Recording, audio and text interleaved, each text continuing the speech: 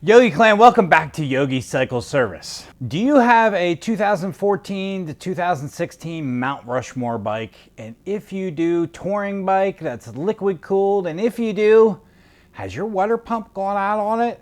If it has, you're in the right place. I am Yogi and this is Yogi Cycle Service. Welcome.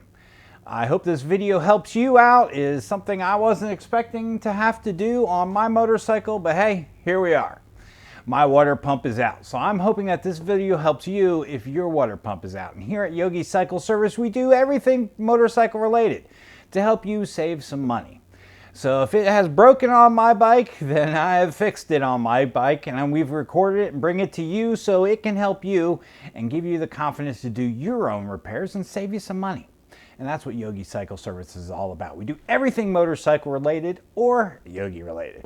If you like what you see, give me a thumbs up. And if you're a returning subscriber, I thank you for coming back and checking out this video. I hope you enjoy it. So if you are a returning subscriber, you remember I put out a video a couple weeks ago saying today I was that guy. And sorry, my hands are a little dirty. It was the title of the video, and it's all about how we went to go on a road trip, and a couple miles into the road trip, my water pump went out. Now, what I have learned is that in 2014 to I believe 16 or 17, the Mt Rushmore bikes, the water pump is a common problem. Harley has not done a recall knowing that the part is now defective, and they have made that water pump obsolete. The fix, if it goes out, is not buying another one of those water pumps.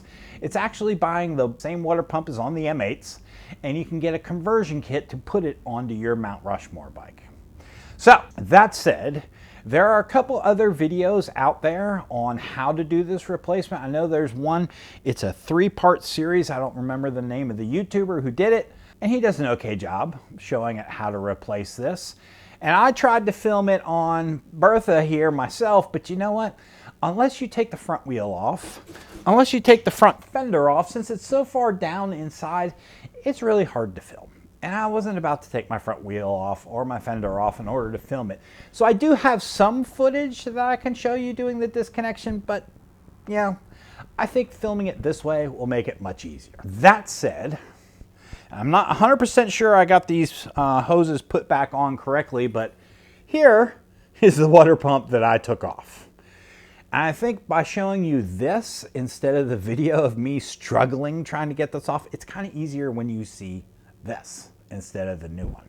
And the other thing I will say too is that the new Rushmore pump, so if you look at this one, let's take it apart quick and get down to the nuts and bolts.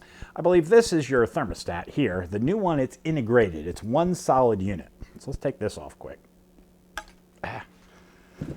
The new one, the new water pump is probably only about this wide and it's about that big around. So this is so big around, there's a plastic cover that comes on your 2014 to 2016 bike that shields all of this. And I will say it is really difficult. You know, sometimes when you do things the first time, yeah, it works. But when you do it the second time, you figured out what you did right the first time, what you could have done better the first time. And this is one of those instances. The new pump, like I said, is about this wide and about that round. So it's a lot bigger than this unit. This unit's a longer and skinnier unit. So by the time you replace this bracket, because they'll send you a new bracket, this kit, by the way, there is the part number. Part 26800-107. And I think all in for this, I paid $352.60 plus $24.69 tax, so $377.29 is what I paid for this kit. It comes with the bracket, with the pump, with all the clamps, and with all the hoses. So complete kit, everything you need. The only thing it doesn't come with is the fluid to fill it back up. I did go out and buy from the auto parts store, Peak Gold 50/50 antifreeze is what I wound up putting it in. But back to my original point. When you mount the new bracket on there, you will see there are two little rubber grommets right here. One's right here, and one's right here. This is where this new plastic cover, or the existing plastic cover you have, is supposed to come down and two little tabs stick in these grommets to hold it in place. With the fatter pump and all the hoses going back on, I couldn't get the plastic grommets back into this place. So I wound up drilling two holes in the plastic thing and basically zip tying it to this to keep it on. But what I think is important for you to see is basically to get this off of your bike, you need to take out 2 screws that hold this bracket to your frame, and it'll mount up underneath there, kind of like this. Disconnect the wiring harness from here, and incidentally, this is a 2-prong harness. I think the new harness has 4 prongs on it, but they send you an adapter plug that you can plug into your harness and then plug it into the new water pump. The thermostat is built in, so that is kind of nice. But to take it apart, I just want you to kind of be able to look at this and have a mental note of what am I looking to do when I do the demo to remove this. That is what it's going to look like. Now you're going to have your radiator on one side of the bike, your radiator on the other side of the bike. You are going to need to take both of your lowers completely apart. See the other YouTuber's video about that. It is a 3-part series. Each video is about 15 to 25 minutes long. He does ramble a little bit, but you can skip through it and get to the parts that you need. Between that video, your service manual, and the instructions that come with this manual, you have plenty of information. You don't need me to show you what to do. But what would have helped me is having a complete unit like this so I know exactly what I'm disconnecting. And there are really 4 things you disconnect. And that's really it, besides taking this bracket off and besides the wiring harness here. You disconnect this hose going to your left side lower. You disconnect this hose going to your right side lower. And then there are 2 tubes that come down from the top of your cylinders from your bike that come down. One goes into this one goes into that one. You know, it's a wishbone frame. There are 2 forks that come down in your frame. Inside there's 1 hose that comes down, there's 1 hose that comes down. One connects to this one connects to this one, one radiator to here, 1 radiator here, and that's it. So the easiest way, so the first thing you really need to do is disconnect it and drain the system. Now the guy in the video took his knife and cut a slice here. Well, I don't really like cutting good hoses, so I just basically pulled this clamp off, and then I was able to disconnect the hose like that. The entire system drained. Put a little catch pan under there to catch it, and there you go. And from that point there, I just started taking the fairing lowers apart and disconnected this hose, disconnected this hose, disconnected this hose, disconnected this hose, and then unbolted this from the frame. But the thing I didn't see in any of these videos was this unit here as one solid piece. And let me tell you, getting these little factory clips off, these Harley clips off, is a pain. The best thing to do is wiggle something inside of there, and then you can cut that and then get these clips off, and you can turn them and break them and get them off. They are somewhat difficult to get off. That's probably the hardest thing. I like a worm drive clamp. They do provide new clamps in there that you can put on that have little tabs and you can pull them off. It's the same type of clamp where you squeeze it together and you can slide it up and down and let go and it clamps shut. Those are the ones they send with the new kit. Those are much better than these. I hate these things. And you have to have a special tool to put them on, which I don't have. So if you don't do that, you can do the worm drive clamp, you know, the ones where you screw and it pulls the clamp in, a worm drive clamp, or one, actually it's like this style here. If I can pull this back off again. The new clamps are like this kind, where you squeeze it together and then you can move the clamp, kind of like on a car radiator, you know what I mean? Like that.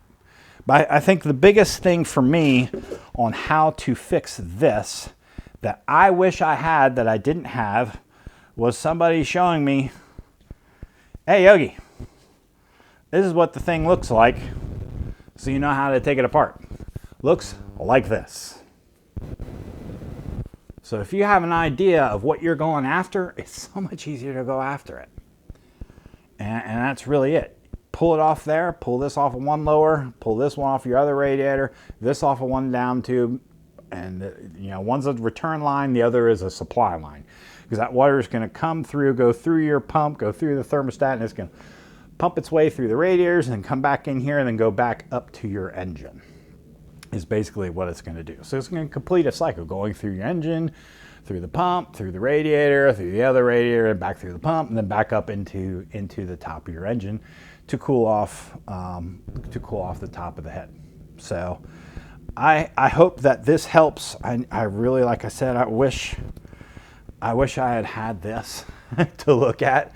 None of the videos showed you this of what it looks like, and had I known that this was that easy, it just would have made the whole job a whole lot easier had I been able to have a visual reference of what I'm trying to take apart. Now, I would allot about 2 hours, 2 to 3 hours to do this. Take your time taking the lowers apart. They are a little finicky. The hardest part of it was probably taking apart and putting back together the lowers. That's really the hardest part of all this, you know. Once you get ready and you get the system replaced, just you turn your engine to on, you don't start it, you twist the throttle, you get the fans to move, and you just start pouring your coolant back in. It takes, I think, about a quart. Well, let's see how much we used.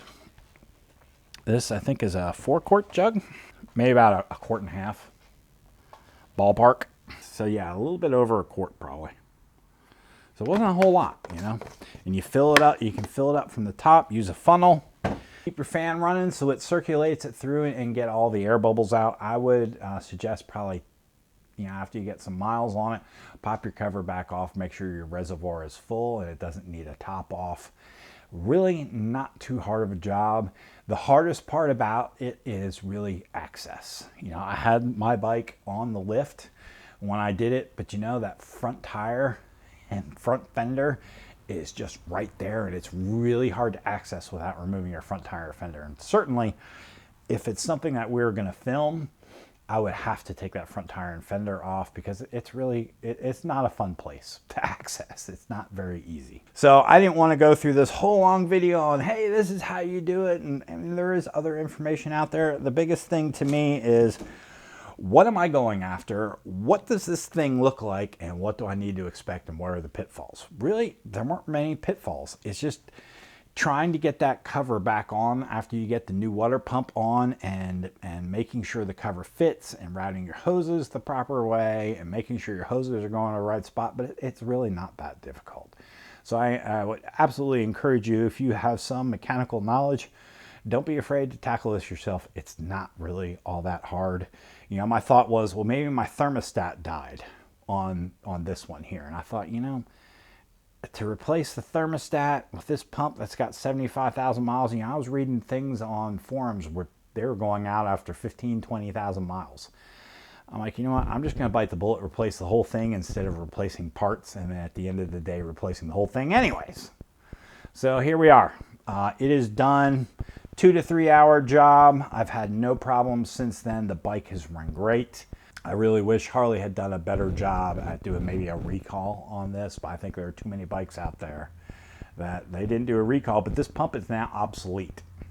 So to try to find this pump, you might be able to replace the pump. I heard, I don't know the name of it, but there's another pump that potentially could match this pump. I just thought, you know what, the heck with it. Let's just replace the whole thing. 377 bucks, whatever, job done. So there you go, Yogi Clan. I hope this gives you some confidence to go out there and be able to replace yours now that you know what you're going after. And like I said, I'll insert some of this footage in there, here and there, so you can kind of see on, you know, how did I disconnect it and whatever, and so on and so forth. But I did not film putting it back together. So I hope that helps you, give you some confidence to do it yourself. If you have any questions, my email is in the footnotes. Shoot me an email. I'll do my best to help answer them for you. Thank you, Yogi Clan. Have an awesome day. I will catch you on the next video. Peace.